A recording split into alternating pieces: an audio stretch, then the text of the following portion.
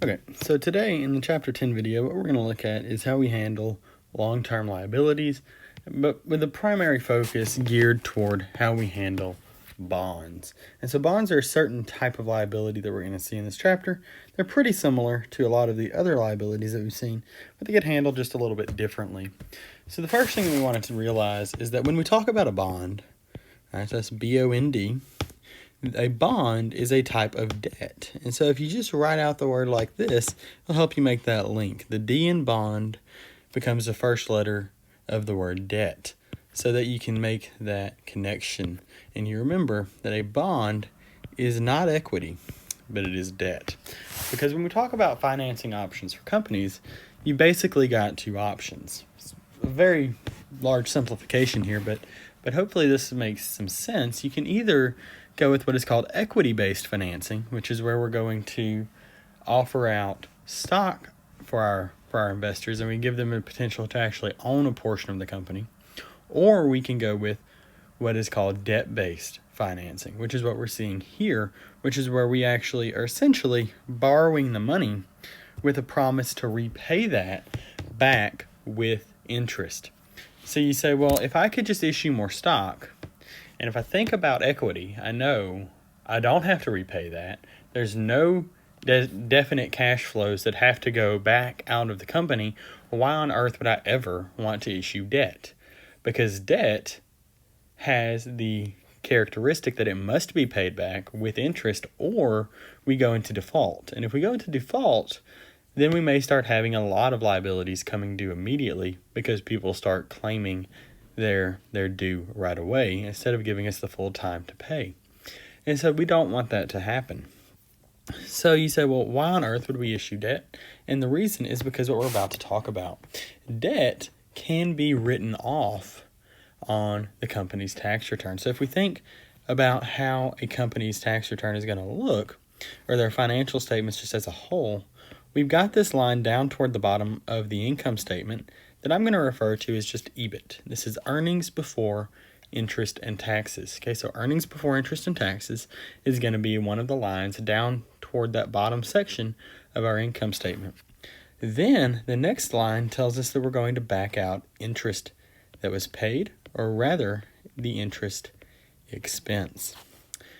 Now, what that is going to give me is what we call earnings before taxes. Then we'll multiply this by 1 minus my tax rate, and that will give me my net income. Some people refer to this as EAT, earnings after taxes. However you prefer to think of it is fine. I typically just call this net income. But that's what we're looking at here. So what you see is as you're able to write off that interest expense, you're reducing your earnings before taxes. Then the tax that you pay is a percentage of that earnings before taxes. So the lower you can get that earnings before taxes figure, the less you're going to actually have to pay the government in income taxes at the end of the period. While this is not the only advantage of debt-based financing, as we'll see in this question, it is one of the primary advantages of debt-based financing that you do not see when you go with an equity-based structure. And so in reality, most companies will have some kind of mix of debt and equity that's going to help them optimize their capital structure. And that, which is not covered in this course, but will be covered in a finance course that you'll have most likely, is what we call the WACC. And so we're trying to figure out what is the lowest possible weighted average cost of capital that we can generate to try to make sure the company is running as efficiently as possible while we balance the positives and the negatives associated with each form of capital. So we'll just go through each one of these questions real quick. We'll kind of talk about why each one is an advantage or a disadvantage, and then we'll move on to number 2. So here in the first one, it tells us that bonds do not affect owner control, and that is absolutely a true statement. And what that's telling me is that I can issue as many bonds as I want without diluting the ownership of the people who already own the company. So, for example, say you and a few friends started a company. If you all had an equity stake in the company and you needed to raise more money, one option you could have is to go out and invite more people to join your company. If you did that, though, you've now diluted your own ownership in the company, which makes your ownership therefore less valuable to you, because now your shares have been spread amongst more people. However, if you instead went to the bank, for example, and got a loan or took out a bond like we see here, then you maintain the same percentage of ownership of that company. You just have to now pay the interest and the taxes and everything else, or the fees, not the taxes, to issue this bond. So we don't cover a lot of the fees in this class, but as you move on, you'll see there are a lot more pieces that go into issuing these bonds than what are covered here. But that covers number one, I think, so that we see that this is one reason we may want to go the route of debt, is because we're not going to dilute the ownership of the existing owners. So the next one here says that a business earns a lower return with the funds from the bond than it pays in interest. This is not necessarily a guaranteed fact, right? If it was, we would never issue bonds. This is just saying, in the event that this were to happen, would this be an advantage or a disadvantage as it relates to bonds? Well, if we are not earning at least as much as we're paying in interest on this investment that we're investing these bond-related funds in, then that is a huge disadvantage, because it means we're paying more to borrow the money than we're actually generating on the stuff that we are using the funds for. So we definitely don't want to see that happen.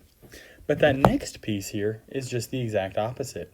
It tells us that we actually do generate a higher return with the funds that were borrowed than we are paying in interest. This is what we hope will happen when we issue a bond, and this is an advantage of the bond form of capital, because what we're getting is a higher return and we're getting the tax write-off. So we're getting it on two sides. This is a great situation for us. This is what we really want to see. And once again, that was letter C.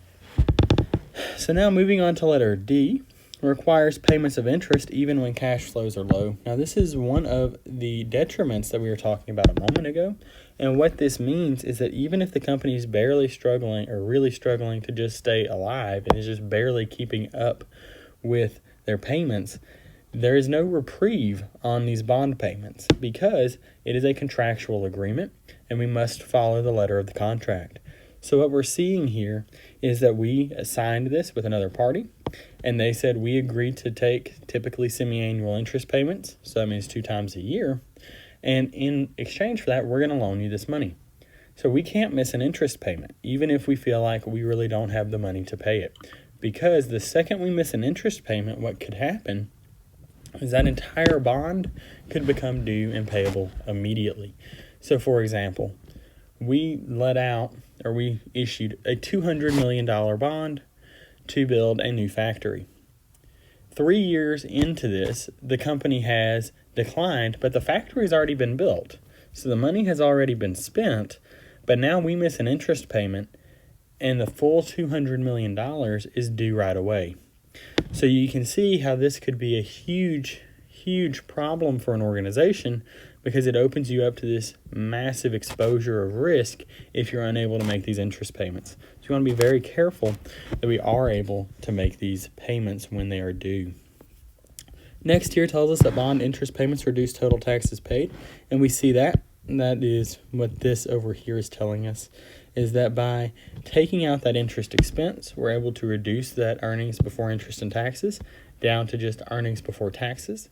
We then pay taxes on what is left over once that interest has been written off. So what this tells us is that effectively the government is subsidizing the use of debt-based financing. This becomes more valuable as the tax rate rises, because it's giving us a larger tax write-off. As the tax rate falls, then the benefits associated with debt-based capital become lessened, because the company no longer receives such a large benefit. So then the next piece here, letter F, says, unlike equity ownership, a par value payment is required at a specified date. Typically, I'm just going to tell you this is the maturity date. And this is telling us that we do have to actually pay back the principal amount of the par value that was borrowed. And so we see the term here, par value. We haven't really used that term a lot yet, but we'll use it a lot in this video. So hopefully by the end, you're comfortable with it. You understand what it is. If it freaks you out right now, don't worry about it too much. We'll deal with it in the next couple of questions. So now that number 1 is finished, we'll move on to number 2. And here we're going to see the first of 3 options. So here we see what is called issuing bonds at par. So I'm just going to draw down a little graph over here just to help us visualize what we're talking about. On the left side up here, my y-axis, I'm going to call this carrying value.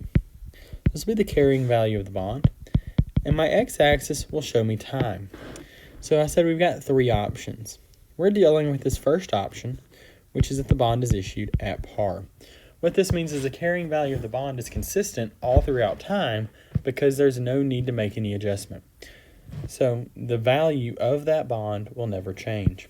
However, we can issue at what is called a premium, where the carrying value of that bond starts out high and over time will decline until it hits par value at maturity. Or we can issue at what is called a discount, where initially the carrying value is very low, but we build up that carrying value over time so that by the time maturity hits, we are once again at par value. So what this tells us is that regardless of how you issue this bond at the beginning, you are then going to see that over time, at maturity, your bond will approximate par value as the bond's carrying value. So I know a lot of terms, okay, and we'll deal with these one at a time. I just want to get this graph in your notes right away so that as we move through the rest of this lecture, you can kind of refer to it and it'll help you understand exactly what's going on. And we'll see this graph several more times as it applies to each individual question. But this will just get it in your notes right away so you've seen it, and then we can kind of move on with it as we get to it later. So in this question, it tells us that Madrid company plans to issue 10% bonds with a par value of $5.8 million. The company sells $5.2 million of the bonds at par on January the 1st. The remaining 580 sell at par on July 1st. The bonds pay interest semi-annually on June 30th and December 31st. So even if you didn't read the rest of that line, if you're paying attention earlier in the video, I told you what semi-annual meant. So do you remember? Do you remember what semi-annually means? Well, this right here means that we pay interest 2 times per year. So we're able to pay our interest 2 times per year. Or we are required, rather, to pay our interest 2 times per year. So what we see here is in this first question, they're just asking us to record the journal entry for interest expense on June the 30th. So, on June the 30th, how much of our bonds have actually been issued? Well, if we look, we see on January the 1st, $5,220,000 of bonds were issued. And we see the remaining bonds were issued on July 1st for $580,000. Which tells me at the end of that, I have actually issued all $5,800,000. But what question 1 asks us for is as of June 30th, how much interest expense has happened and how much cash is having to be paid. So the first thing we've got to remember is that formula that we use to calculate interest. We've used it quite a bit at this point in the semester, so hopefully you're familiar with it. It just tells us that interest is equal to principal times rate times time. Now the part you've got to be careful with here is what do we use for that principal? We've got basically 2 options. You could either use the $5,220,000 or the $5.8 million. So which one is correct? The correct answer here is the $5,220,000.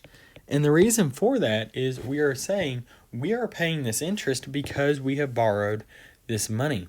We have not yet borrowed the remaining $580,000, so we do not accrue interest on the remaining $580,000.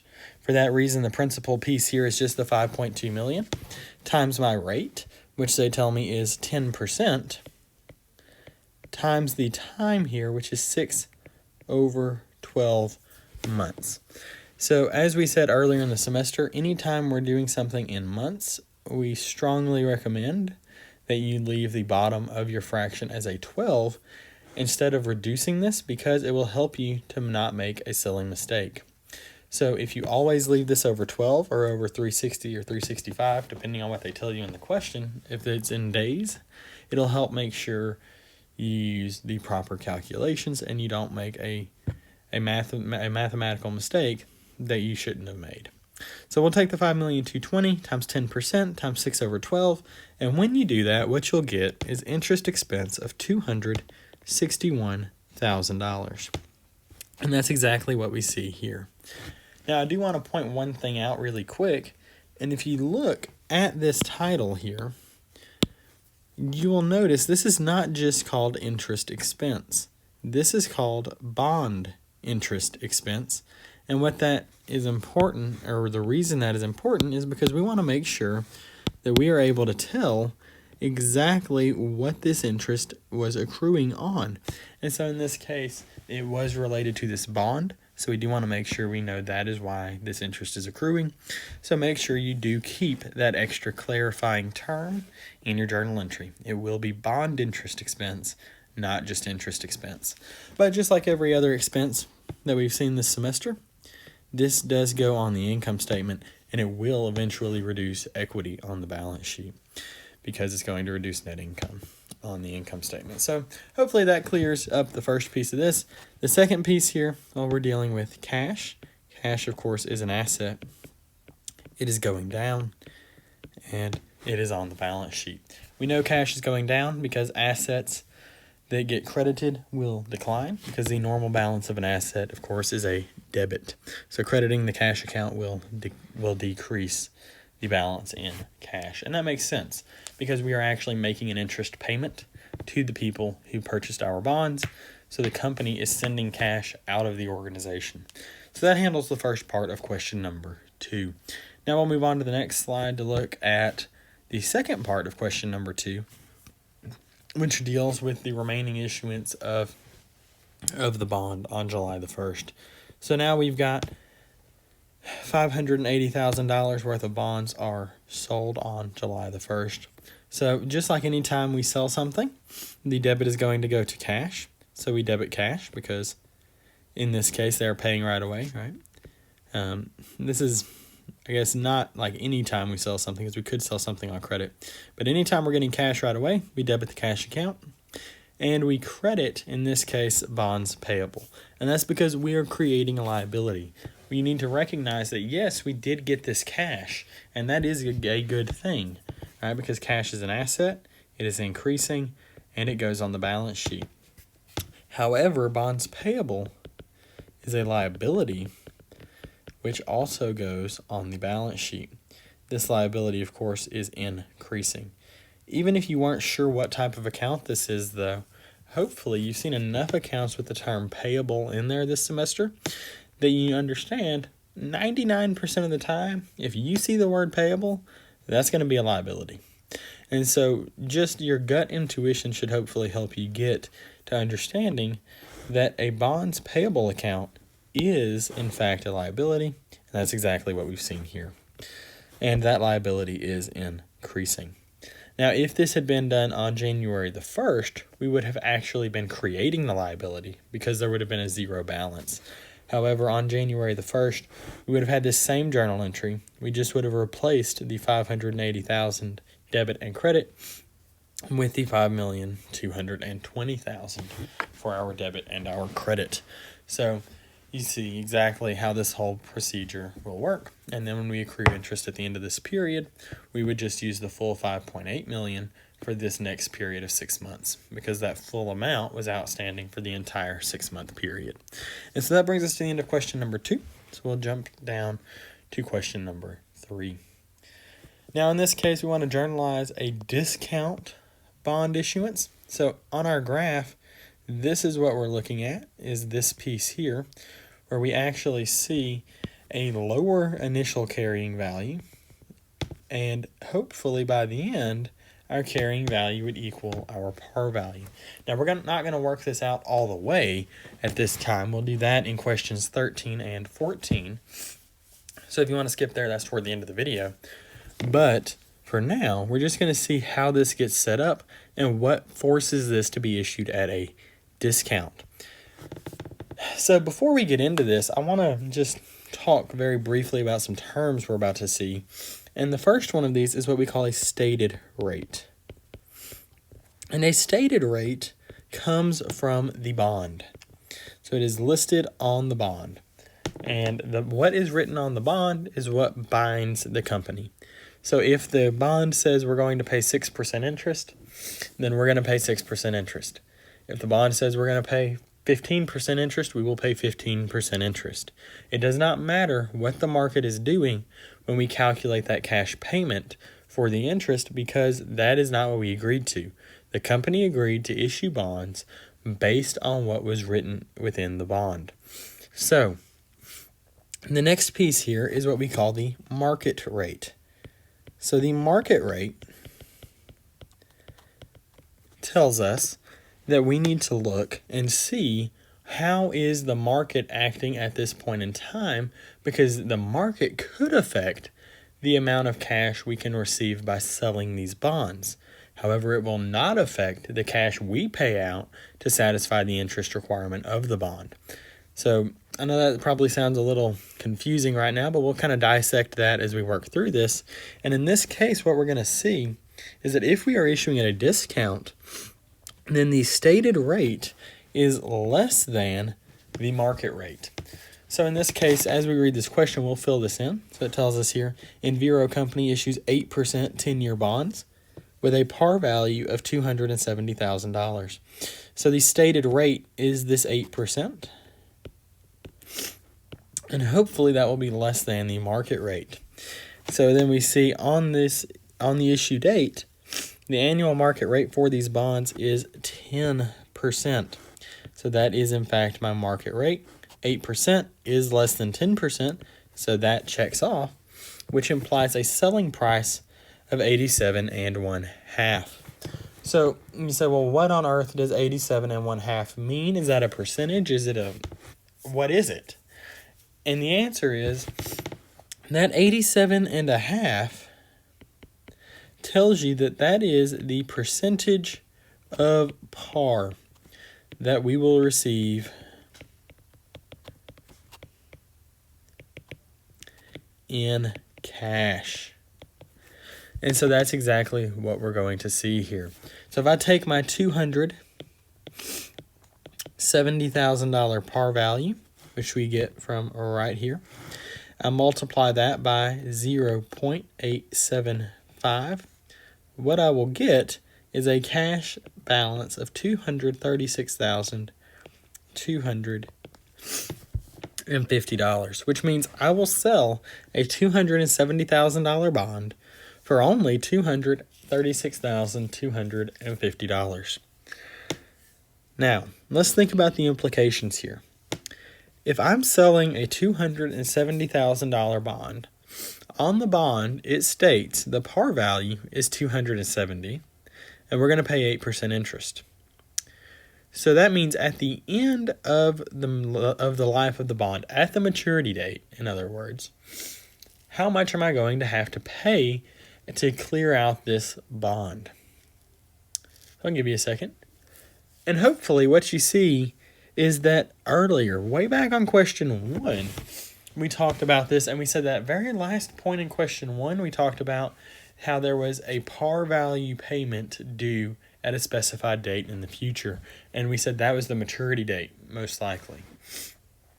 So, what we're going to see is, even though I'm only bringing in $236,000 initially, at the date of repayment, on top of all the interest I've been paying for however many years, I now have to write a check for $270,000. So does this sound like a great deal to you from the company side? Probably not, right? We raised $236,000, but now we're having to pay $270,000? So why would a company agree to this?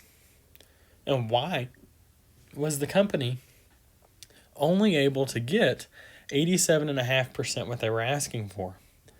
So the reason for this is because we do not issue bonds in a vacuum. Bonds are issued within a marketplace that exists as the market churns and as the market fluctuates. So what we see is that even though the company had originally tried to raise $270,000, they can't, because the company is only agreeing to pay people 8% interest. However, our competitors, if our investors wanted to go somewhere else, they could invest with a competitor or with another company and earn 10% interest for approximately the same amount of risk. So how do you get somebody to invest when now they are only going to receive an 8% return and they could earn 10% somewhere else? Well, the way to do that is to tell them, we will give you a discount to encourage you to buy our bond. So we're going to sell our bond to you at a discounted rate, but at the end of this, you're going to get the full amount. And that's exactly what you see happening here. So the amount of cash comes from our calculation here and just drops right in. The par value of the bond, which we talked about right here in the first line of the question, just drops into bonds payable because that's the amount we're actually going to have to pay at the end. And there's two ways to get this $33,750. Perhaps the easiest way is what I'm about to show you, but I don't know that it's necessarily the best way, although some questions do require you to use this method. You could take the $270,000 found in bonds payable, back out the $236,250 that you see in cash, and that will give you $33,750. Now that $33,750 is the amount of your discount. That is one way to calculate this. Now, while we've plugged quite a bit of stuff throughout the semester, anytime there is a way to actually calculate that plug, I do try to show you that as well, because I tend to prefer to recalculate this, and it just gives you that extra layer of security knowing that your numbers all tie together nice and pretty, so you know there's less likelihood of a mistake slipping through. So how on earth could you calculate the amount of the discount without plugging this? You could take the par value of the bond, $270,000, times 1 minus 0.875. And when you do that, you will also come to $33,750. And the reason this works is because what we based that selling price on was a percentage of par. So if you take 1 minus that percentage of par, you'll find the difference. And that difference is what our plug number was. So now what this allows you to do is to come back, take this $33,750, add in the $236,250, and that will total back to your par value. So notice, if you had accidentally made a mistake, say in your calculator, and instead of using 87.5, you used 85.7%, right? You got a number flipped. Well, what you would not have seen is that mistake if you had simply plugged the answer. This is why I strongly suggest, when possible, you do actually do the additional math just to give you that extra layer of security. Because if you just plug the number, of course the numbers work. But if you can solve for the numbers, you can prove that your numbers work. So that takes us to the end of question number 3. So now we'll move on to question number 4. So in this case, we are looking at a premium bond issuance. So what we see here, once again, we've got our graph. So in the middle, we have a par value issuance. And in this case, we are dealing with a premium bond. So if I'm dealing with a premium bond, what that tells me is that my carrying value is higher than the par value at issuance. And so that's what we see here, is at this point in time, my carrying value will exceed my par value. But over time, we will amortize away that premium so that by the end of the life, by maturity, the bond will have a carrying value equal to the par value of the bond. So in this case, we see Garcia Company issues 9% 15-year bonds with a par value of $310,000 and semi-annual interest payments. So once again, you see the phrase semi-annual. That means 2 times per year. On the issue date, the annual market rate for these bonds is 7%, which implies a selling price of $114. So once again, we're going to set this up as stated rate versus your market rate. So if your stated rate is greater than your market rate, then we will issue at a premium. And that is indeed the case here, because we see in the first line, Garcia Company issues 9% par value bonds of $310. So our stated rate is 9. And that is in fact greater than the 7% that the market is willing to pay. So earlier we said when our stated rate was less than the market rate, we had to give our customers, or give our investors rather, a discount to encourage them to purchase our bond. However, this goes the other way as well. In this case, I am actually agreeing to pay 9%, where if investors went somewhere else, they would only be able to earn 7%. Because of this discrepancy, then, I'm able to increase the price of my bond to reflect the increased interest that they will receive, and conversely, that the company will have to pay every 6 months. So, in this case, we once again see our price listed as a percentage of par. So I will take 114% times my par value of $310,000. When I do that, I will get $353,400, and that is in fact the amount of cash that I will receive. Now, the next piece, of course, is to figure out how much goes to bonds payable. And that, of course, is just based on the par value of the bond. So in this case, if I just take my $310,000 and drop that in, that will fill in the amount for bonds payable. Now, the last piece to this question, once again, is to calculate the amount of premium on bonds payable. And once again, you can use the same 2 ways we saw before. So the first and perhaps the quickest way is to take the $353,400 that we received in cash, back out the $310,000 that was stated as the par value, and that will tell you $43,400 is the amount of the premium. Now, beyond that, you could take the $310,000 of par value times 1.14 minus 1. And when you do that, you will see that this comes out to $43,400 as well. So the way you would get that, of course, is to take your 114 of your selling price as a percentage of par. Just convert that to a decimal. So move the decimal a couple of times to the left. Converts 114 to 1.14. Then back out 1 to get it to just the amount of the increase. And that will tell you the $43,400 will be the amount of the premium. Now, once again, you can add that to your par value of $310,000 and prove to yourself that that does actually come out to the amount of cash that you calculated, so that you know you've done all of your math properly.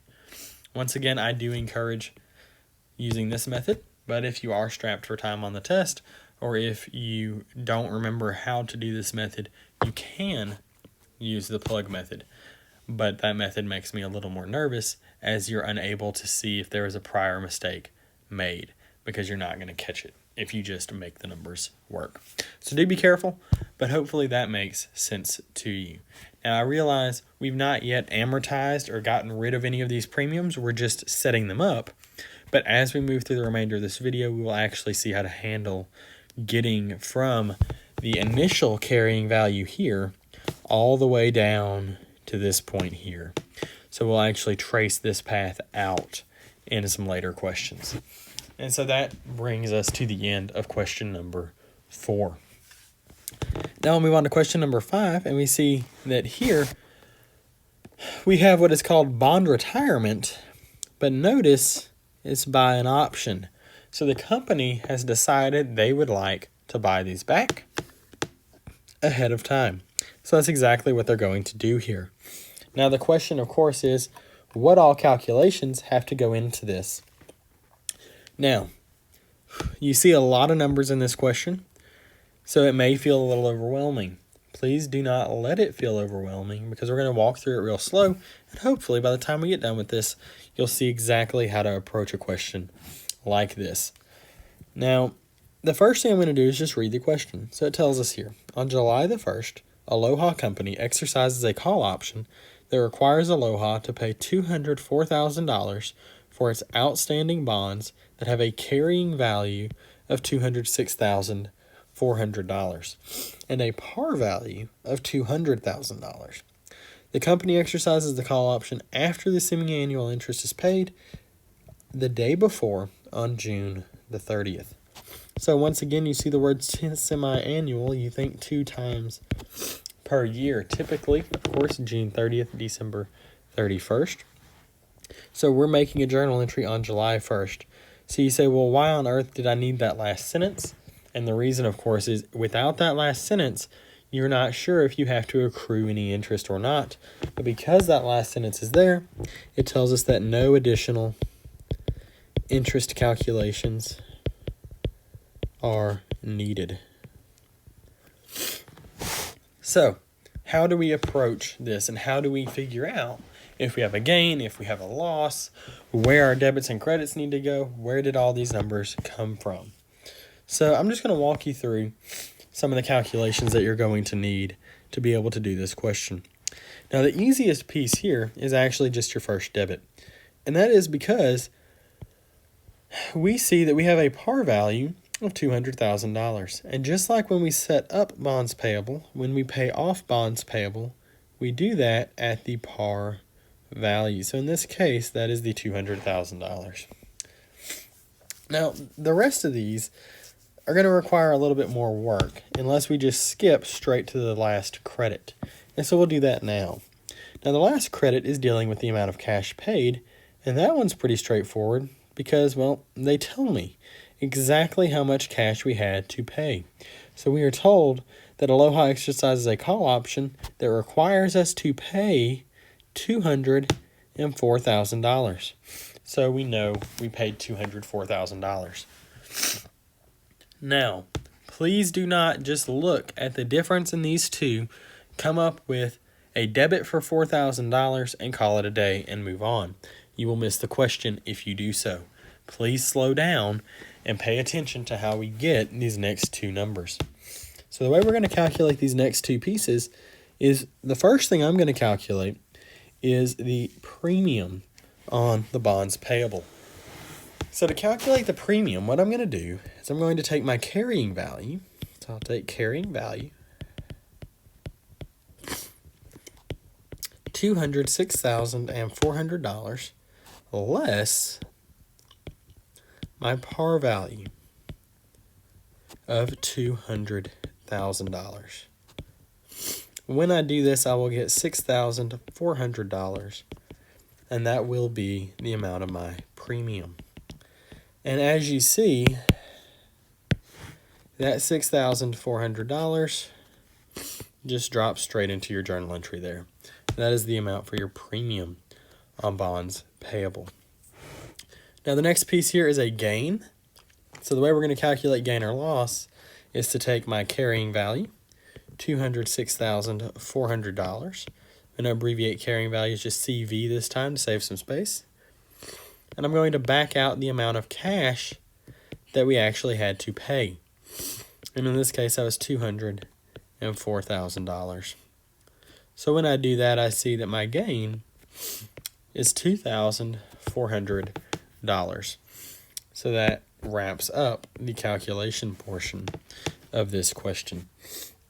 Now, the only other thing I'm going to show you is how they actually got to this carrying value of $206,400. And the way they got there is they took the par value of $200,000 plus the premium of $6,400 to bring them to $206,400 for that carrying value. So hopefully this makes some sense to you. I'm going to abbreviate par value as PV, and I'm just going to write out PREM for premium. Okay. And that kind of shows you where all the numbers come from in this question. So hopefully with that, you can kind of see what is happening in this case.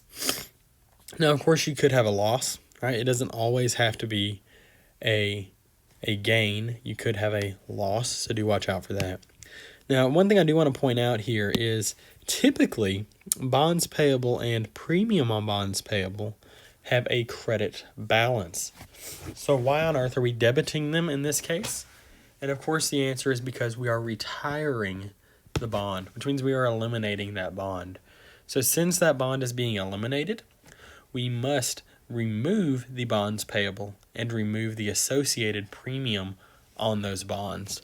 So don't get confused and think, well, normally we credit those accounts. Why is that being debited here? And it's because of what is actually happening. In this transaction, we are eliminating that bond. So it does make sense for us to go ahead and do it like that. So we'll move on to number 6 now. With number 6, we're looking at bond retirement again, but in this case, it is by what we call stock conversion. So this is where we take a debt and we convert it to an equity. So perhaps this is at the behest of the actual bondholder, and they've been looking at the stock price and they say, man, the company is doing really, really well, and I'm locked into this 4% return on this bond that I purchased 6 years ago. But maybe I could earn 13% if I had an equity stake in the company. So in certain circumstances, a bondholder may be allowed to convert their bond to equity if they have what is called a convertible bond. And so that is the assumption that we're working with in this question. And they tell us here, on January 1st, the $2.4 million par value bonds of Spitz Company with a carrying value of $2.4 million are converted to $800,000 shares of $1 par value common stock. So what we see is this conversion happening from $2.4 million in debt to $2.4 million in equity. But the question is, can I just drop that full $2.4 million into something like a common stock account? Now, we've not dealt in significant detail with the common stock account up to this point in the semester, but we will use it significantly in Chapter 11. But so far, we've not done too much with it. That said, here's going to be the first exposure to really how the equity section works. So what's going to happen here is we are first going to have to remove the bonds payable of $2.4 million. And that's exactly what you see happening right there. Okay? So we take our debit to bonds payable, and that reduces that liability down to a zero balance. The next piece here is that we are dealing with common stock. So common stock holds, the account common stock rather, holds only the value associated with the par value of the common stock. What that means is the amount that can go to common stock is only the 800,000 shares times the $1 par value per share, which of course gives us then just $800,000, and that's what you see here. Now, the remaining $1.6 million has to go to something that we call paid-in capital in excess of par value. Now, since we're accountants, right, we came up with a very creative title here that's very difficult to understand, right? Hopefully not. Hopefully this tells us exactly what is happening here, and it is, in fact. Right, we're trying to raise capital, so it is paid-in capital, and it is the amount that is in excess of that par value. Now, if you were just having so much fun doing accounting, you finished reading your textbook and you picked up another textbook, right? Then you may see this right here referred to as something we call additional paid in capital. And then you may even see that abbreviated as just APIC. So if you are reading, your second, third, fourth accounting textbook just for fun, or you're just in conversation with somebody, maybe they go somewhere a little bit different than you, or maybe it's just out in the workplace and you hear this reference to APIC or additional paid in capital, now you know what they're talking about. It's this amount that was paid for common stock that is in excess of the actual par value associated with that stock. And so that'll just be a credit to paid in capital in excess of par, which is also just a normal equity account. So we do see that bonds payable, that is a liability. It is going down with a debit, and liabilities go on the balance sheet. We see both of these are equity accounts, and they both go on the balance sheet and are increasing. So hopefully that wraps up number 6 for you. And we'll move on to number 7 as the next question. So in question number 7, we'll see bond features and terminology. So we've been talking quite a bit about bonds, but we've been kind of glossing over some of the finer terms. So this is the question where we're going to kind of drill into some of that. So in this case, we see different phrases or different definitions rather, and we're just going to try to figure out what term is being described there. So what we see here is that we maintain a separate asset account from which bondholders are paid at maturity. This is when we are dealing with what is called a sinking fund bond. So you say, well, how does this work? And this is where the company realizes, if, for example, we have a $200 million bond that is supposed to sit there for 20 years, how on earth are we going to have $200 million to repay our investors in cash at the end of 20 years if we don't have that money now? So instead of waiting 20 years to try to figure that out, they say, what we're going to do is we're just going to set up a fund that's going to collect this money for us, and we'll put $10 million into that fund every year for 20 years. And at the end of that 20th year, we'll just pull out the $200 million that's sitting there and hand it over to our bondholders. And that way, we don't have to worry about getting surprised, having forgotten about this, because by the time 20 years goes down the road, we may not even remember that we issued this bond, other than just paying the interest payments. But after a few payments, that's probably automated. So if we're not really paying attention, this could sneak up on us if we're not staying on top of it. So this sinking fund bond is going to give us this ability to make sure we're prepared when that actually comes due down the line. Now the next piece here tells us that the bond is unregistered and interest is paid to whoever possesses the bond. So this is what we refer to as a bearer bond. So you got to be very careful if you possess a bearer bond, because if you're walking around town with it, showing it off to all of your friends, and the wind blows really hard or someone runs by and grabs the bond out of your hand, they're the new owner of that bond because there is no record of you owning it. The owner of the bond is simply whoever holds the bond. So be very, very careful if you possess a bearer bond that you do not misplace it. Now letter C here, a bond that is scheduled for maturity on, notice, a specific date. If our bond is scheduled for maturity on a certain date and it's one specific date, that is where we see our term bonds. The next piece here says, backed by the issuer's general credit standing. So you say, well, what does that mean? And what this means is essentially there is no collateral supporting this bond. So if the company defaults, the only remedy you have is to try to get the company to pay you, which means hopefully they have the money. So you say, well, who on earth would agree to do this? Why would I not require any collateral? Because if you try to go to the bank, for example, and take out a car loan, they're not going to give you the money to loan you for the car unless typically you put the car up for collateral. So if you do not make the note on the car, the bank will come repossess your car. But in this case, we're saying we're not going to require any collateral. We simply trust you. So who on earth would let you do this? Well, this could be maybe a very reputable company. So if you imagine a huge company like Walmart, maybe we believe there's no way Walmart will go out of business during the period that the bond is for. So we don't believe collateral is necessarily good or required for this transaction. So we're okay with going through with this unsecured. However, if they do default, you now have essentially no remedy other than just trying to collect cash payment.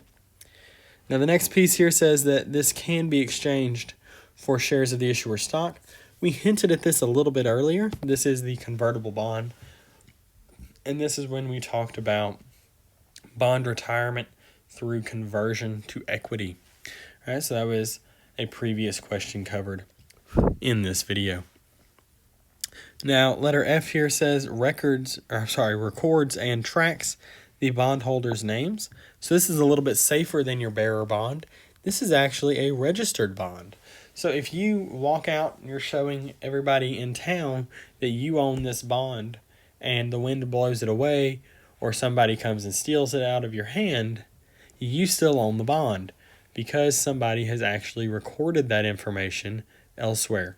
So even though they hold the bond is of no value because you are still the owner. So you will still receive the interest payments, and at the end, you will still receive that payment for the actual principal amount of the par value. Now next here we'll see evidence of the company's debt. This is just a bond certificate, right? This just says exactly whatever has happened in writing. This is simply there to make sure that you can prove that the company owes you money.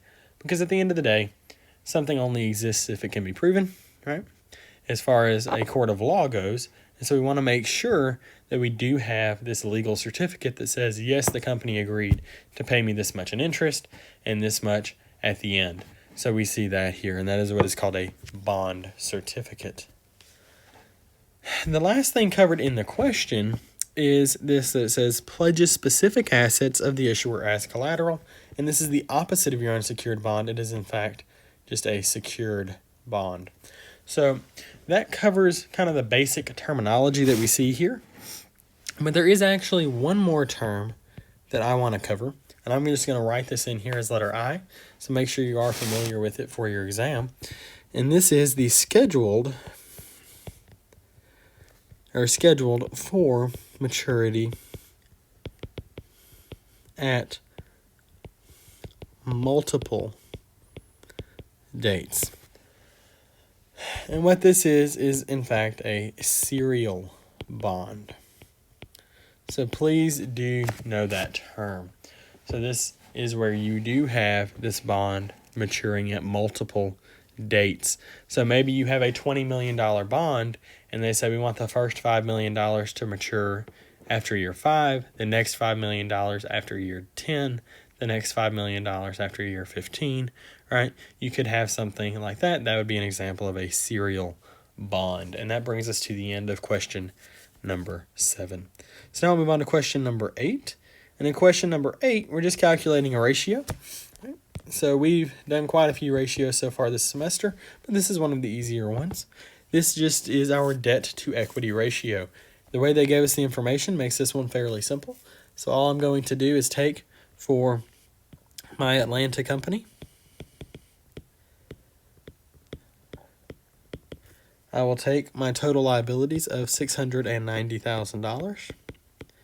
I will divide that by my total equity of only $490,000, and that will give me 1.41 for my debt to equity. And then for Spokane company, I will take $431,200 in total liabilities, divide that by $1,917,000 in total equity, and I will get 0.22. So out of these two, the question then asks us which has a riskier financing structure, and typically we consider debt to be more risky than equity.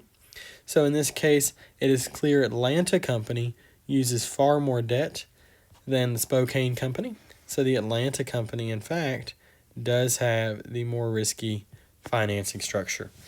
And you say, well, is it necessarily bad to be more risky? That doesn't sound like a good thing. And the answer is, it's not necessarily a bad thing to be a more risky organization, because if you play your cards right, you can actually leverage that return and generate a much larger return for your shareholders. So while Spokane Company has far more equity and far less debt relative to that equity, what that's implying is they've got far more owners. So anything that is generated as a return is being spread out amongst many more people. So you do want to make sure you understand it's not necessarily good to have a really low debt to equity, and it's not necessarily bad to have a relatively high debt to equity. It really just depends on how that company is structured, how that company is running, and if that company can make it work. If you can generate good returns using a lot of debt, that may not be a bad thing, because you're keeping those returns isolated to the few owners, so you're able to really see the reward from that. However, if you have a lot of owners, yes, you pay less in interest. Yes, you have a safer financing structure, but now your company is going to have to generate a lot more in profit so that you all realize those returns. So just be aware of that, and we'll move on to question number 9. So in question number 9, we're going to do what is called computing bond prices. Now, up until this point, we've just given you the bond price, basically. All right, we told you the stated rate was X percent, the market rate was Y percent, which implies a selling price of, 110%, or of 110, rather. In this question, they do not do that. In this question, what they're telling you is we're going to give you some information, but you're going to have to actually figure out the price of the bond using the tables. So this is going to help you see where they come up with those figures that we've been using up until this point. No, on the exam, I could give you the information either way in the multiple choice or in the worked out problems, so please do be familiar with these tables. You will also notice this is covered in Appendix B. Now, up until this point in the semester, I don't think we've covered any of the appendices, so this is kind of odd. Please do know that you must read Appendix B to be prepared for the exam. There could be questions in the multiple choice, there could be questions in the problem-based section that cover information found in this appendix.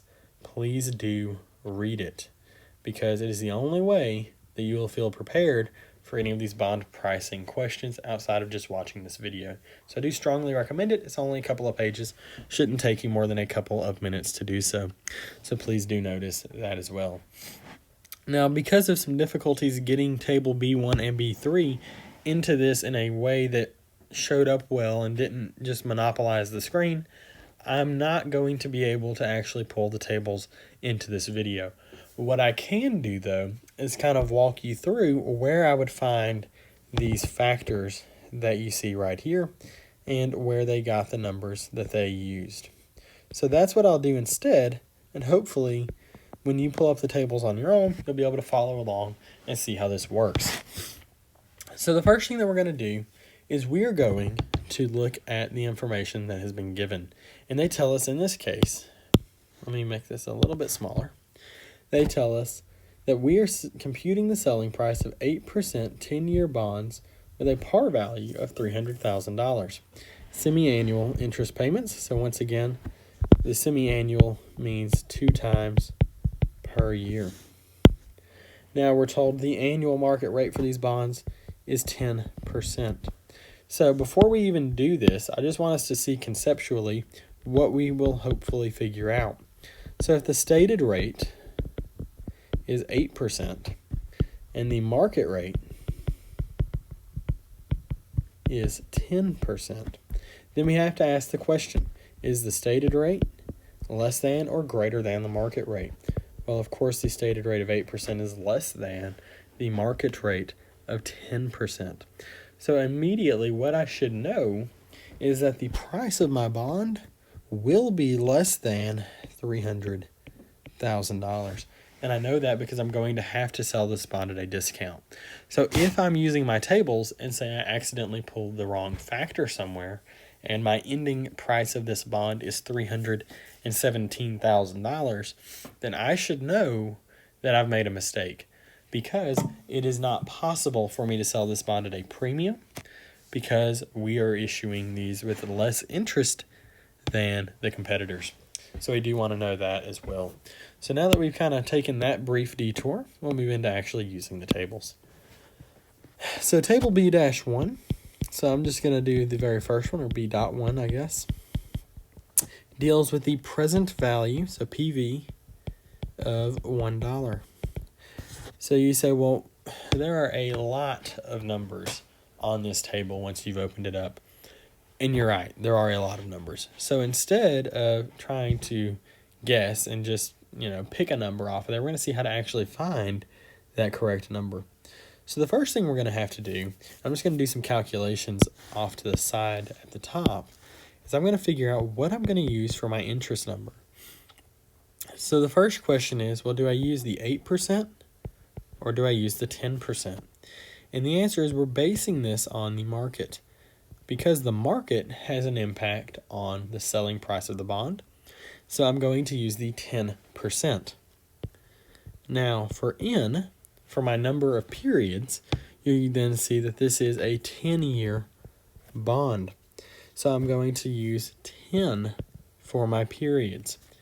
But now you say, well, if I go to 10% and I go down to row number 10, I do not see 0.3769. And you're absolutely correct. You will not find 0.3769 in that location. And that's because there's one more thing we've got to consider. And that is that these are semi-annual.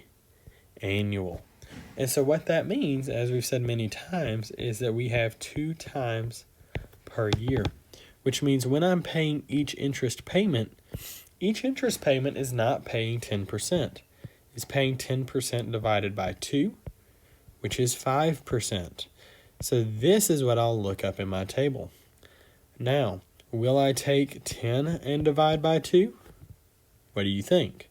Would that make sense? And if you kind of walk through the logic there, you'll see that that won't work. So instead of dividing by 2, I'll have to multiply my periods by 2. And I'll see that I need 20 periods at 5% interest. So if you look this up in your table, then that is where you will see this 0.3769. So you go across the top. So you will go to the column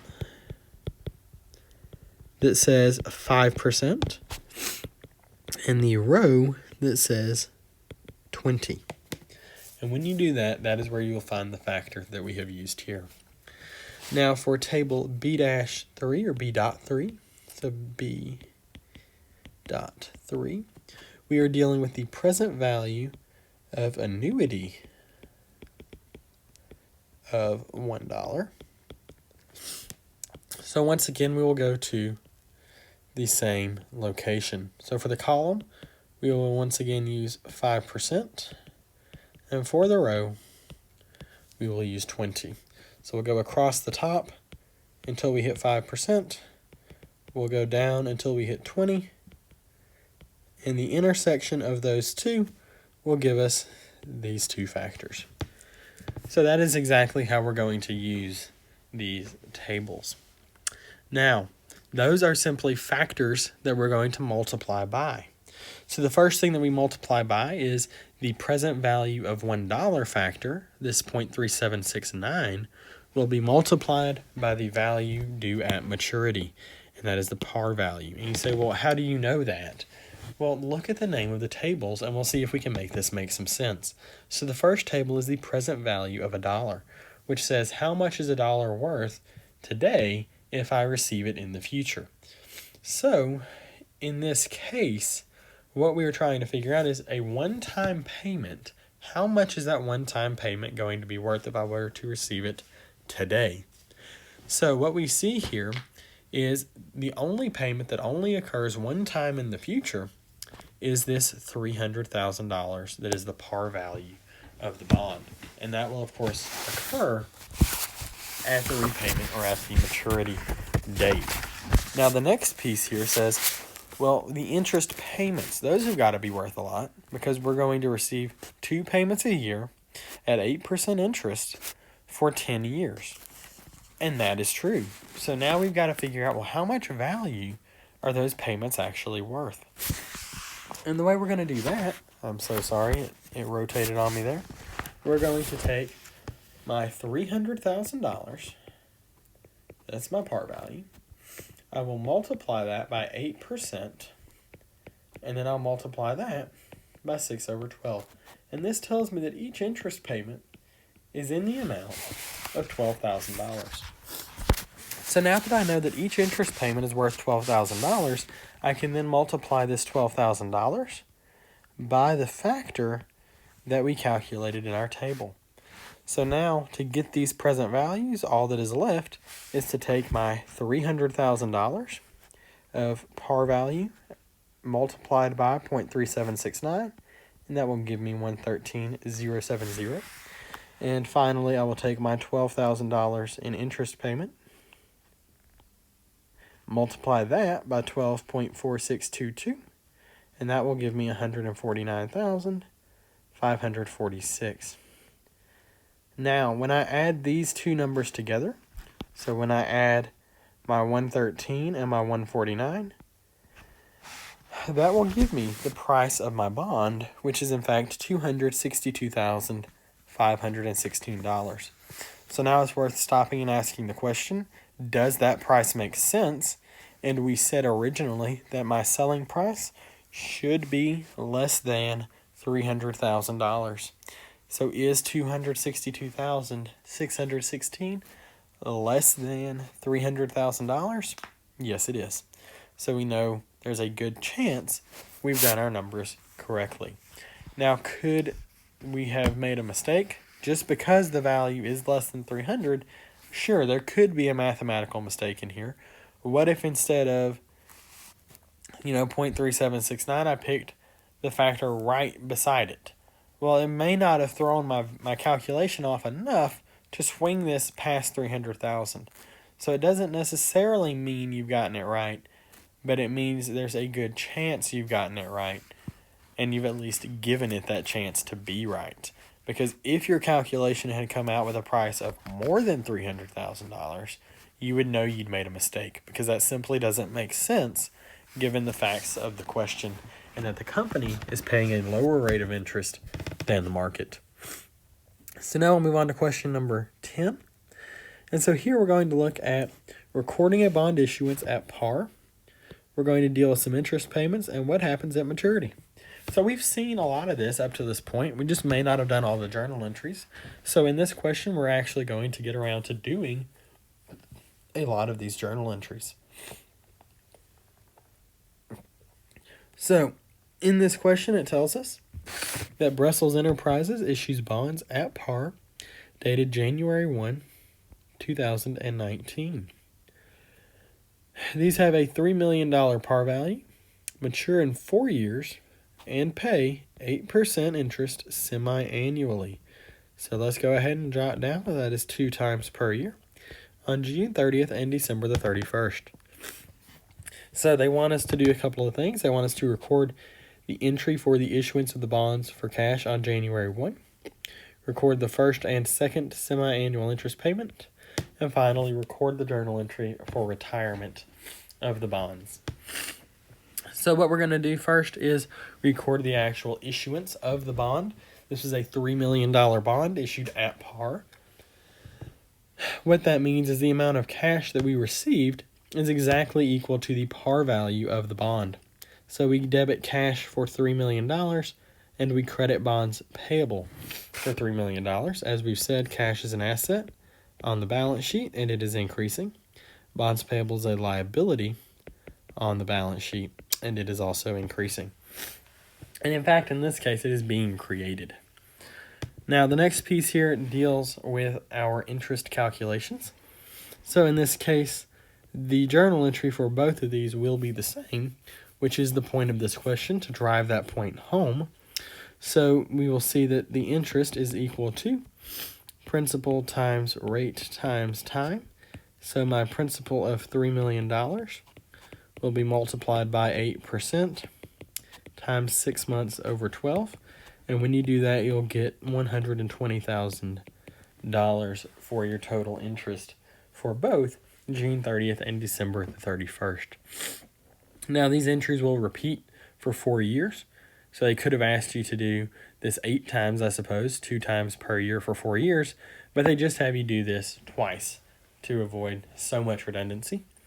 Now, the final question then is, well, how do we actually get rid of this bond at maturity, assuming we're going to make the interest payment either, separately on that day or just in a separate journal entry. But how do we record the piece where we're really just getting rid of this $3 million liability? And the answer is, it really is just a reversal of the initial entry.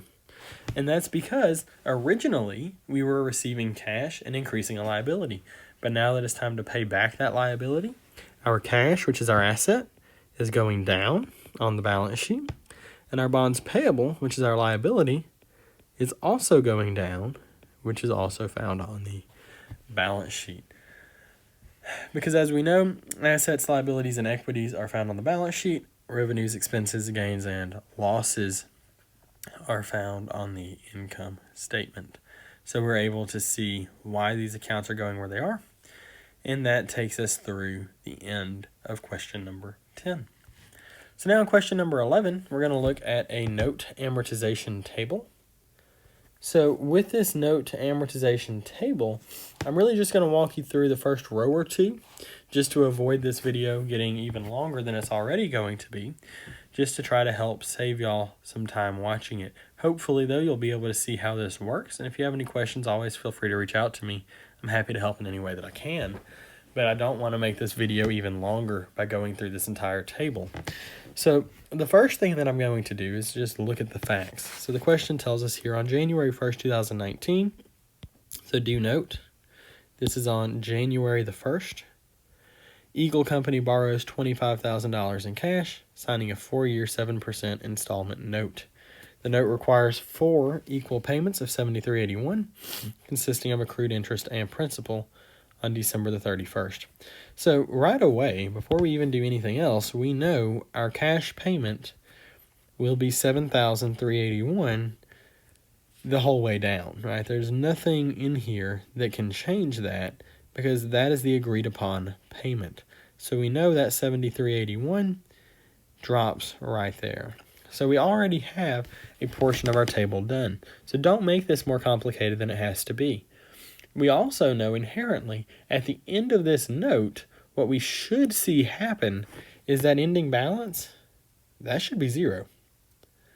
So I'm not telling you to go ahead and fill that in, but if you do everything else right, that ending balance should come out to 0 because we're going to be paying that note off at the end of 4 years.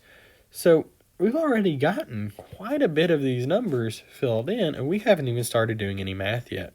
So that's pretty great. So don't be afraid to take the free points when they're given, right? They didn't make you calculate a payment. They didn't do anything like that. They just told you, here's the payment. So you know that's going to be the credit to cash. And that'll be the same in all 4 periods. So now that we've got that handled, the next easiest thing to do is to calculate my interest expense. Now the way I'm going to calculate my interest expense is I'm going to take my beginning balance at each period times the 7% that we agreed to pay. So for 2019, I'll take $25,000 times 7%. And when I do that, I see I've got $1,750 in interest. And as you see, that $1,750 just drops right in like so. And so we're able to get that first interest calculation out of the way relatively painlessly. Now the next piece here deals with, well, where on earth does this debit to notes payable come from? So this is why it helps us to already have this $73.81, is because hopefully we see that if we paid $7,381 as our total payment, And of that, $1,750 went to interest, then that means there's $5,631 to reduce the principal. So I'm then going to pull in my $5,631. I'll drop that here for my debit to notes payable, and that gives me the completion of that first middle piece of this row. Now, I didn't talk about it specifically, I don't believe, but this $25,000 beginning balance, of course, just comes from that first line in the question where we're told we borrowed $25,000. Now, the last piece that we've got to get is our ending balance. So I'll take the beginning balance for 2019 of $25,000, and I will reduce this. And I'll give you a quick question here. Am I going to reduce this $25,000 by the full $7,381, by the interest expense of $1,750, or by the principal payment of $5,631? So now that you've had a second to think about that, hopefully what you decided was that we're going to reduce this by the amount of principal that was paid, and that is the $5,631. Once you do that, you'll get that your ending balance for 2019 is $19,369, and that fills in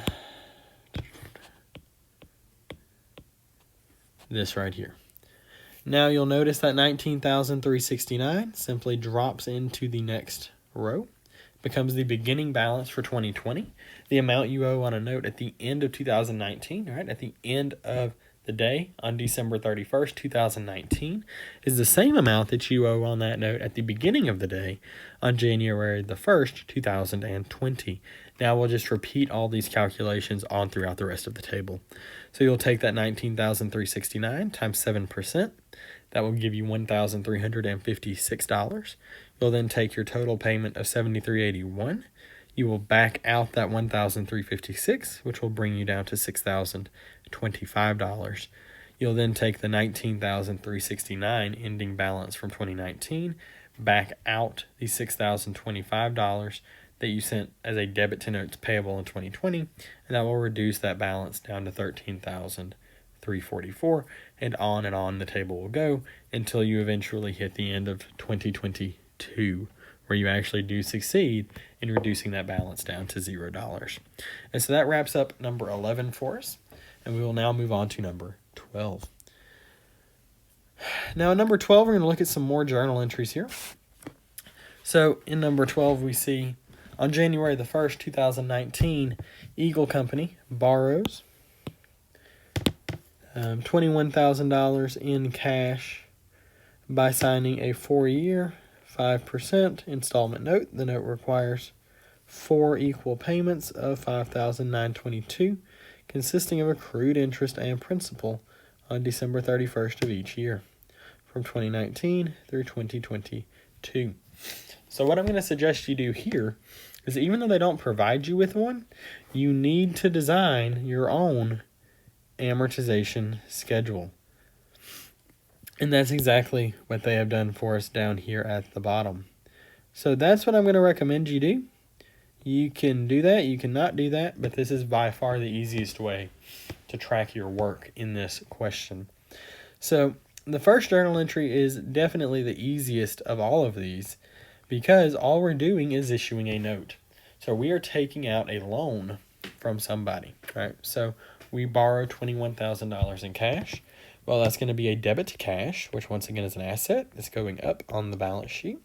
And notes payable, which is a liability, which is also increasing and is also found on the balance sheet. Now, the next thing we see here is, how are we going to figure out each of these 4 payments? How much goes to principal? How much goes to interest? And what you're going to see is this is going to work very similarly to what we did in number 11 that we just completed. So I'm just going to pan down a little bit, and we'll look once again at this amortization schedule that has been nicely prepared down at the bottom. So they don't give you this on your homework assignment, but I do recommend you pull out a piece of scratch paper and do this somewhere, because without this table, it's going to be very difficult to keep your work organized and get used to preparing these without having one presented directly in front of you, so that if you get one on the exam, you know exactly how this needs to work and you're able to do this nice and quickly. So the first thing we've got to look at is our beginning balance. And that beginning balance, once again, is just the $21,000 in cash that we borrowed.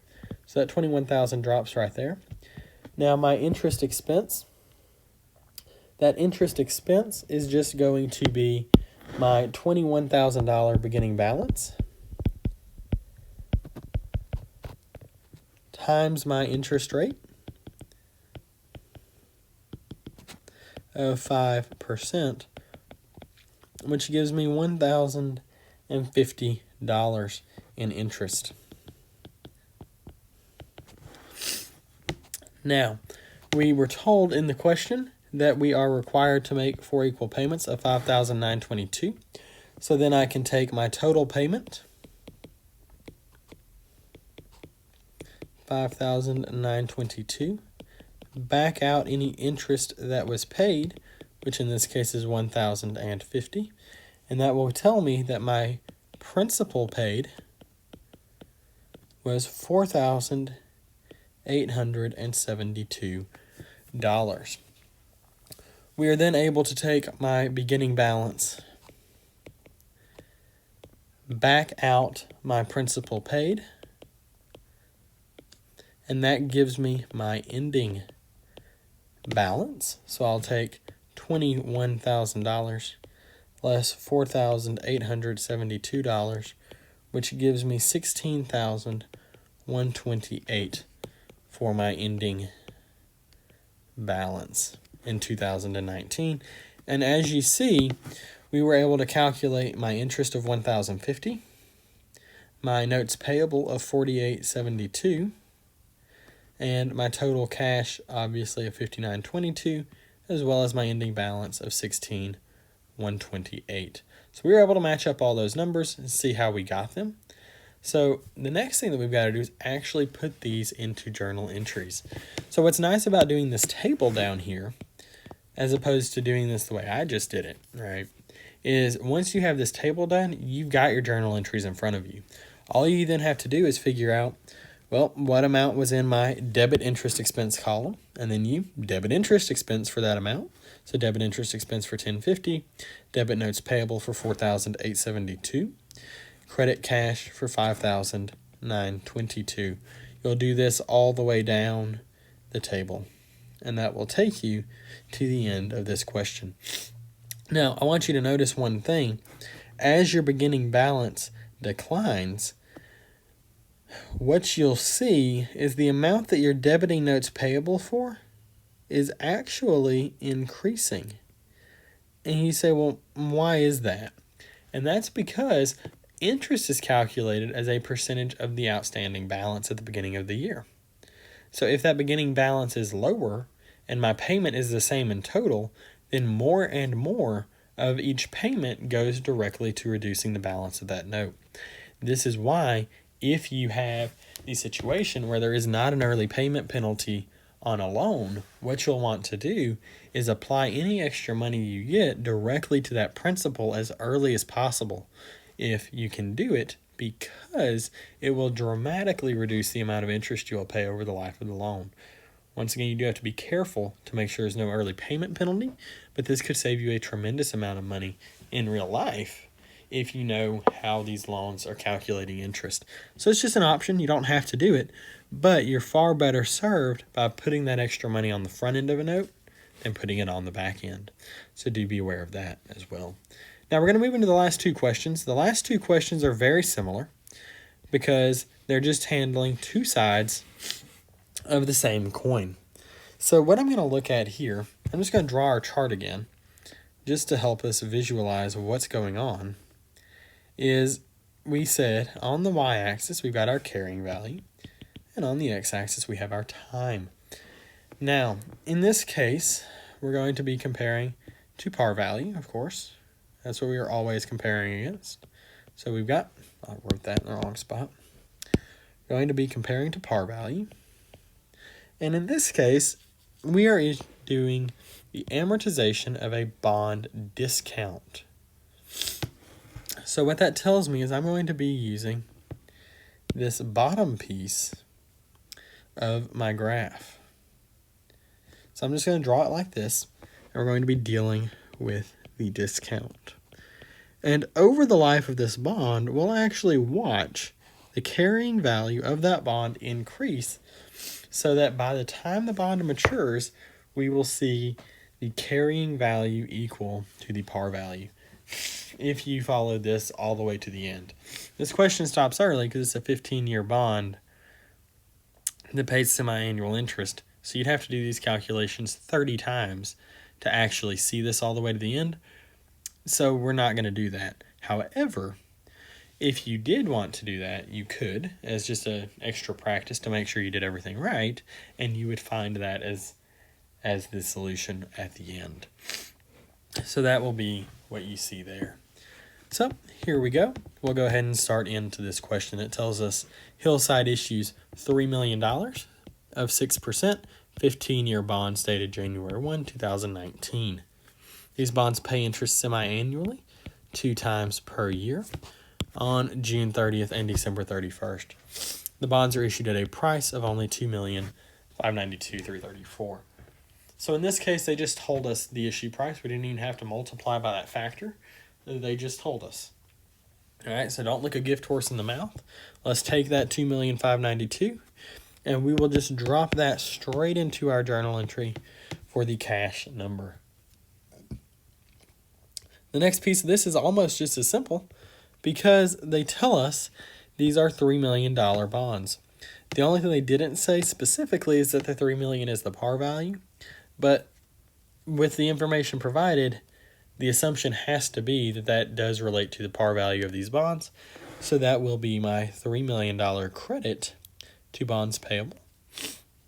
And now what we see is we need to figure out the difference between $2,592,000 and $3 million. So $3 million less $2,592,334, which gives you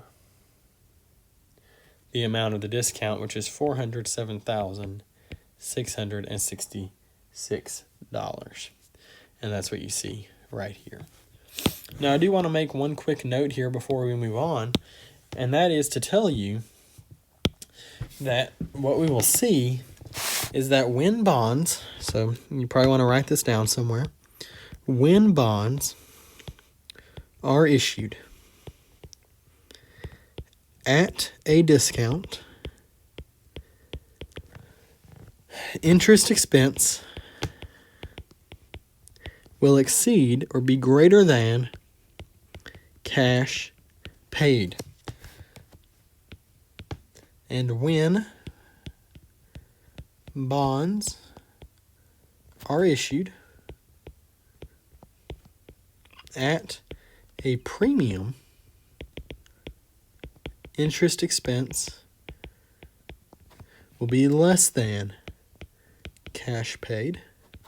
And finally, when bonds are issued at par, interest expense equals cash paid. So hopefully that helps. Kind of gives you a breakdown of what we're going to see through as we work through these next two questions. So do keep that in mind. So if you wanted to fill in your table over here, what I would have so far is my carrying value is $2,592,334, but somehow by the end of the life, I've got to bring that value up to this full $3 million. And so we're going to go through the procedure to actually get you up to that point. So on the next page, we see the graph that we just talked about with a little bit different spin. Here I'm just showing you down in the corner this green section we'll show you visually how you would see the amount of that premium on this graph, or in the orange, how you would see the amount of discount. And in this case, obviously, we are dealing with a discount, so the orange is a more accurate reflection of question number 13. So for 2A to 2C, we are going to be computing several numbers that we're going to need later. So they're not so useful right now in isolation, but when we get to our journal entries at the end, that's where these numbers will really start to shine for us. So what we're going to see here is that for requirement 2A, we see that for each semi-annual period, we want to complete the table below to calculate the cash payment. So the amount of cash we're going to pay is determined by the bond.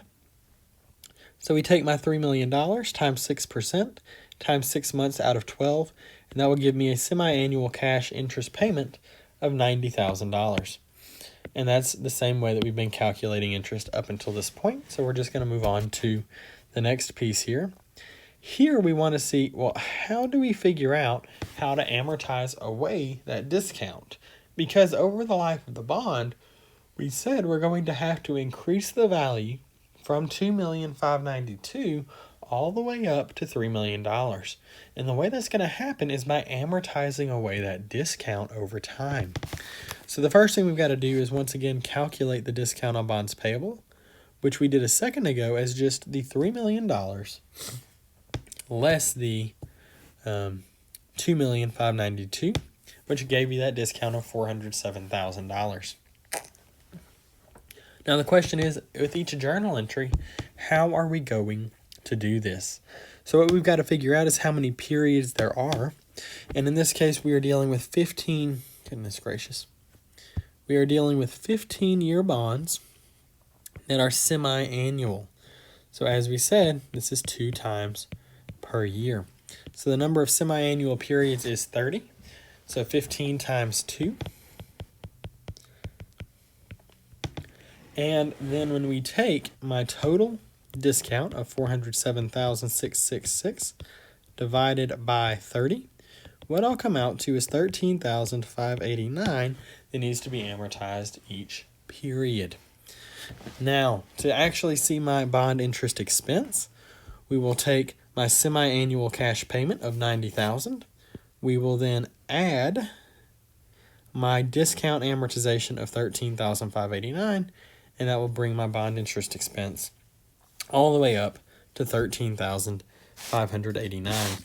And if you flip back to that prior page, we said when a bond is issued at a discount, bond interest expense, so we'll say bond interest expense, was going to be greater than the cash paid. So let's just see if that works.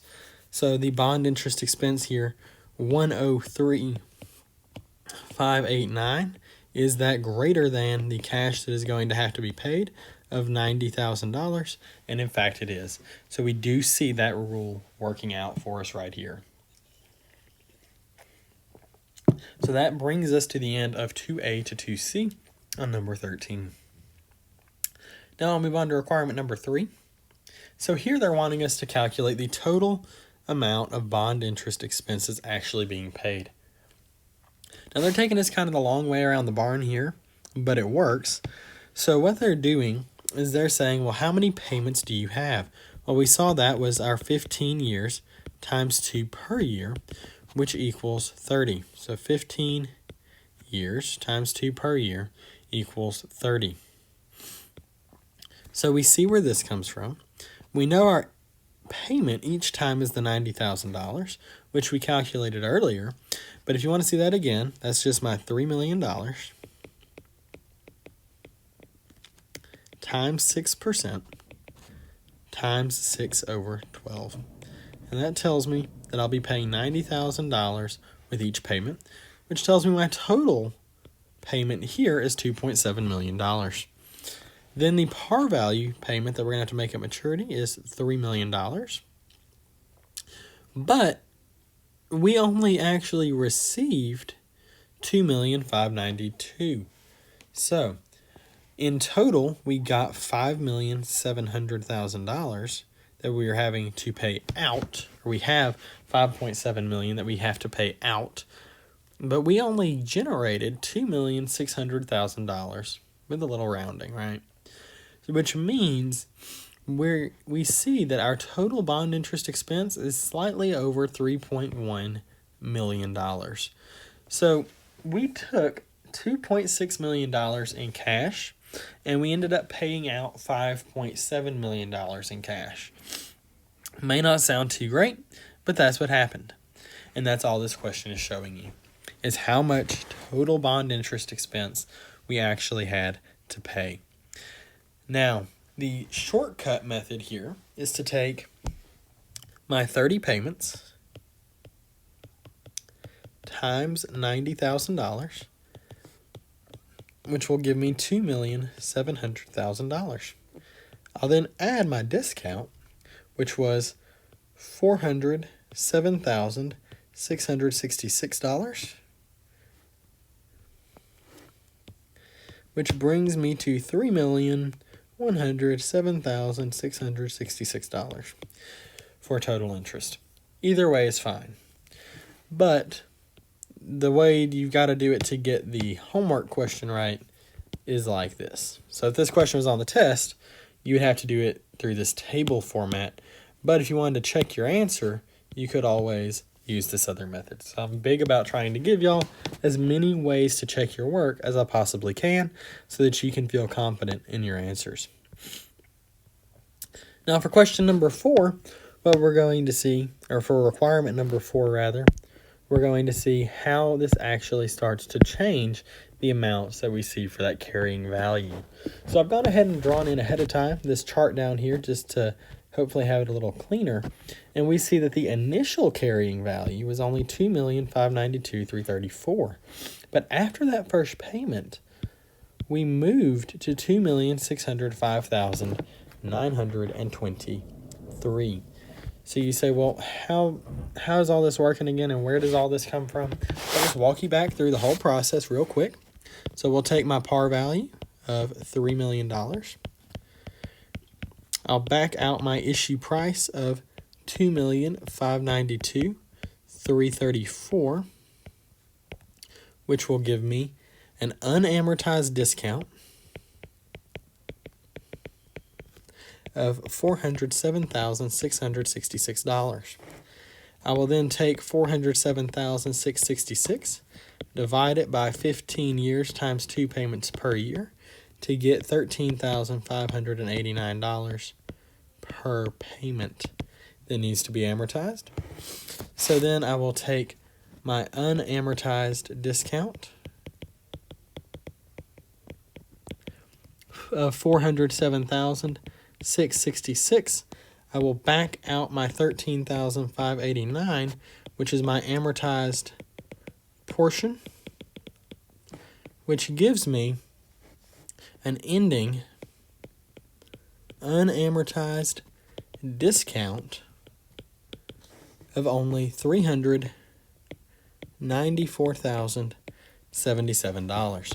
So you see in my table how we moved from 407 down to 394.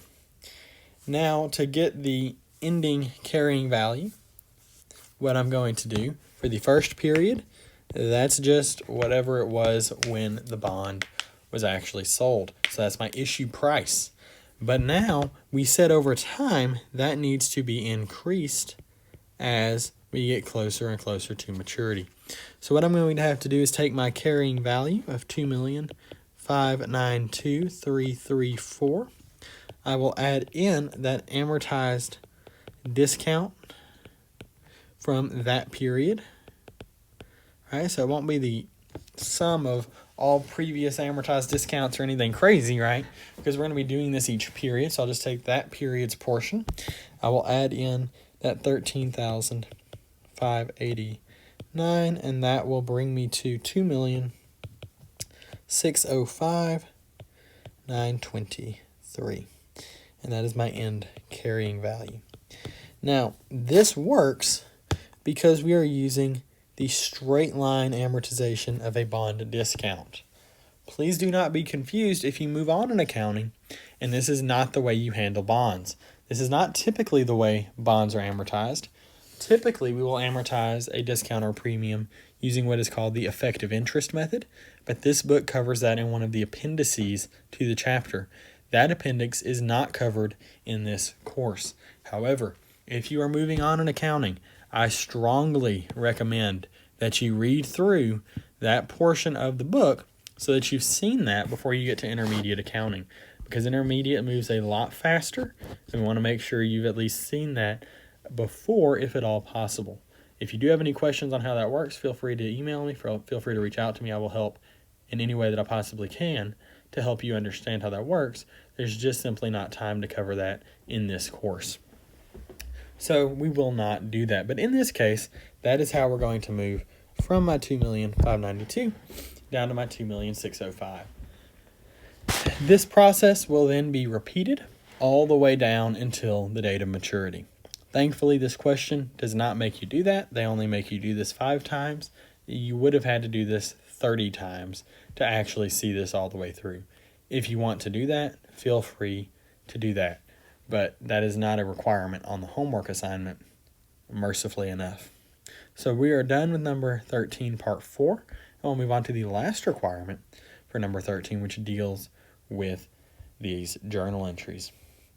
So remember way back when we looked at requirement number 2, I told you those numbers we were calculating, yeah, we had to do them at that point to get the points on the homework, but they weren't meaning a whole lot to us at that point in time. Well, that's because we need those numbers here to complete part 5. So if you flip back, you'll see that the bond interest expense number comes from part 2C. The discount on bonds payable comes from part 2B. And the cash comes from part 2A. Further, you'll realize that since we are using the straight line amortization of bond discount method, these journal entries are the same. Now, once again, we could have had you record journal entries for both periods for 15 years, but because they really are just the exact same, even with the numbers, there's absolutely no reason to have you do that. But if you had been using the effective interest method, the effective interest method would have seen a difference in the amount being recorded as this discount each period. So you would have actually seen a slight change there. So you would have seen perhaps a few extra journal entry requirements just to get you used to how that calculation works. But in this class, we're not doing that. So that is the end of question number 13. With that, we've got one question left. We're almost done, and then we can move on to chapter 11. So with chapter 10, we are once again using the straight line amortization, but this time of a bond premium. So now we are going to look at how this works. Initially, this works very similarly to what we saw before. So I'll just redraw that graph roughly down here in this corner, just to give us kind of a sense of where we are and how this graph is going to help us. So we have our middle line, which denotes the par value. We have our upper line, which shows us that we are dealing with a premium. And in this case, at the beginning, my carrying value will be in excess of my par value, because that is what they are telling me when they tell me that we are dealing with a premium. So in this case, it tells us here, Hillside issues $2.2 million of 7%, 15-year bonds dated January 1. They pay interest semi-annually. This is 2 times per year on June 30 and December 31. Bonds are issued at a price of $2,692,000. So $2,692,790. And my par value is, of course, only $2.2 million. So what we see then is over time, we're going to have to reduce the carrying value of this bond so that at maturity, the carrying value of my bond equals the par value of my bond. But in part 1, we're not getting into all that. We'll save that for a later part of this question. But I just want to kind of preview once again where we are headed. So here for this piece, all they want us to do is record the journal entry. And they tell us that we sold this for $2,692,790. So that just drops straight in as our cash. Once again, we record the amount to bonds payable based on the par value of the bond, which is only $2.2 million. And then the premium on bonds payable, we will have to plug the way this information was given. And so that will just be the difference between $2,692,790 and $2,200,000. So $492,790 will be the amount for my premium on bonds payable. Now the next piece that we're going to look at here is how we calculate all the numbers we're going to need down in part 5. So to calculate the actual semi-annual cash payment, once again I'll take my par value because that is what denotes the contractual agreement. So my par value of 2.2 times the stated interest rate of 7% times 6 over 12 since these are semi-annual, and that will give me $77,000 for my semi-annual cash interest payment. Now the next piece here asks us how much do we need to amortize of this premium each period, and we just saw how we calculated that premium on the prior page, and they show it to us again right here. We take the bond selling price or the issue price, $2,692,000, back out the par or the maturity value of 2.2. That gives me a premium on bonds payable of $492,790. I then divide that by the number of periods. This is a 15-year bond at 2 payments per period since we're dealing semi-annually, which gives me 30 periods, so that goes right there. When you divide your $492,790 into 30 equal periods, you will see that straight line premium amortization of $16,426 is in order. Now the next piece that we've got to look at then is what is my actual interest expense. And if you flip back a while, honestly, in this video now, what you will see is that we said when a bond is issued at a premium, there is going to be a relationship between that interest expense and the cash paid. So if I just label interest expense and I put cash paid, do we remember what we said that relationship was going to be? I think, now if I remember right, I think we said that interest expense would be less than the cash paid. So let's see if I remember correctly, and let's see if you do too. So if we look at our table, we see bond interest expense, $60,574, cash paid, $77,000. So now we see that in fact my interest expense related to this bond, or that bond interest expense, is roughly $61,000, while the cash paid is $77,000. So what we've done is we have verified that in fact the interest expense will be less than the cash paid.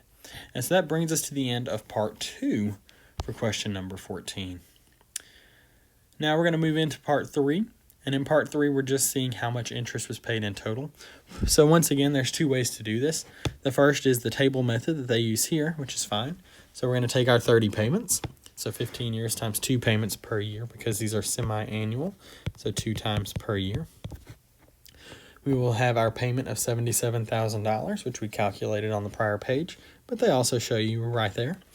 And when you multiply that out, you see that that is interest of $2,310,000. Just straight and pure, that is all interest. Now, the next thing that we have to do is pay par value at maturity. So that is my $2,200,000, which tells me in total I have $4,510,000 I'm having to pay out. But the amount I actually borrowed or got in cash initially was $2,692,790. So the difference between this $4.5 million and my $2.7 million is just a little bit over $1,800,000. So we see that right there. And that brings us to the end of that interest computation. Now, of course, the other way to do this is to take my 30 times 77,000, which is 2,310,000, and back out my premium, which would be 492,790. And when you do that, you'll also get 1,817,210. So either way is fine. Just make sure you know that your numbers are actually proper on the exam or in the homework as you go through it. Now, requirement number 4 on question 14. Here we're going to go through one more time this chart. So what we see here is at the beginning of the first period, our carrying value was $2,692,790. However, after the first payment, when we've amortized away some of that premium, that value has dropped to only $2,676,364. And if we did this all the way down, we would see that after 30 payments, we would hit a carrying value right in time for that final payment equal to our par value of $2,200,000. So hopefully that makes sense to you. I'm going to erase some of these lines just to keep it a little bit cleaner. But that's all that has happened here. So the same way we did this before is how we're going to do it here. So my unamortized premium is just that beginning premium amount, $492,790.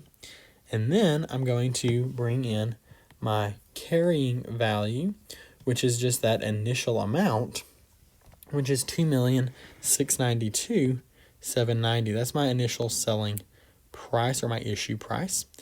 Now, to go on and figure out my ending unamortized premium, I'm going to have to take my $492,790 premium, divide that by my 30 payments, and that tells me that I need to reduce this by $16,426 per payment.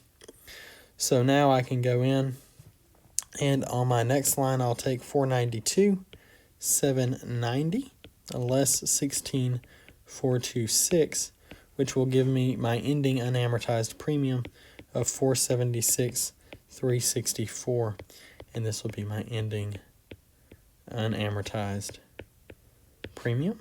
This will be beginning unamortized premium, and then the amortized premium this period.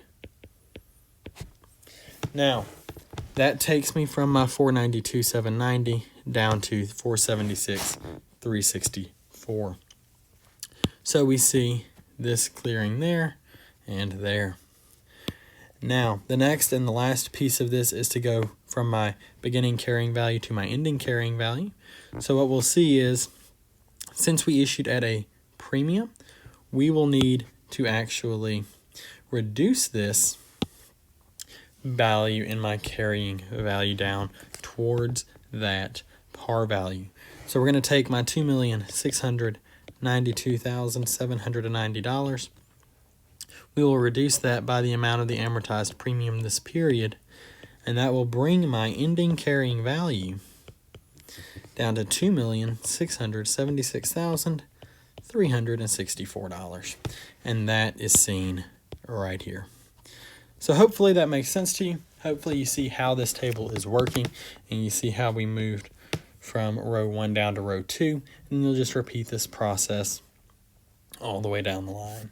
And once again, if you wanted to actually see this zero out, the way you would need to go about that is if you actually just worked through all 30 iterations of this. The homework does not make you do that. I'm not requiring you to do that. But if you're just curious and you want to make sure you understand exactly how this works, feel free to do that on your own.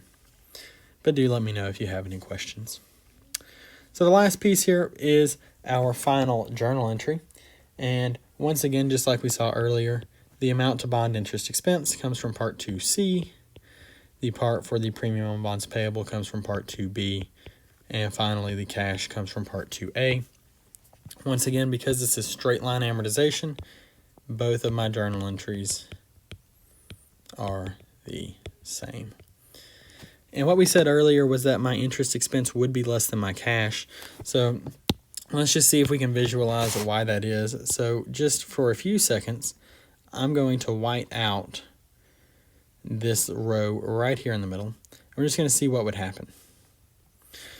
So in this case, you've got your bond interest expense of $60,000. You've got your cash of $77,000. You know you've got to do something with that premium. So you know inherently a premium on bonds payable is a liability. So a liability typically carries a credit balance. However, if you are trying to reduce that liabilities balance, then you need to debit that account. And that is why it makes sense to us that that debit will go to premium on bonds payable, so that we're able to reduce that premium over time. And so that brings us to the end of the Chapter 14 homework. So if you have any questions, please, once again, do not hesitate to contact me. I'm happy to help in any way I can all the time. But I hope this has helped you understand the homework, understand the concepts herein. Please do study for the exam, and I hope you have a great one. We'll see you next time.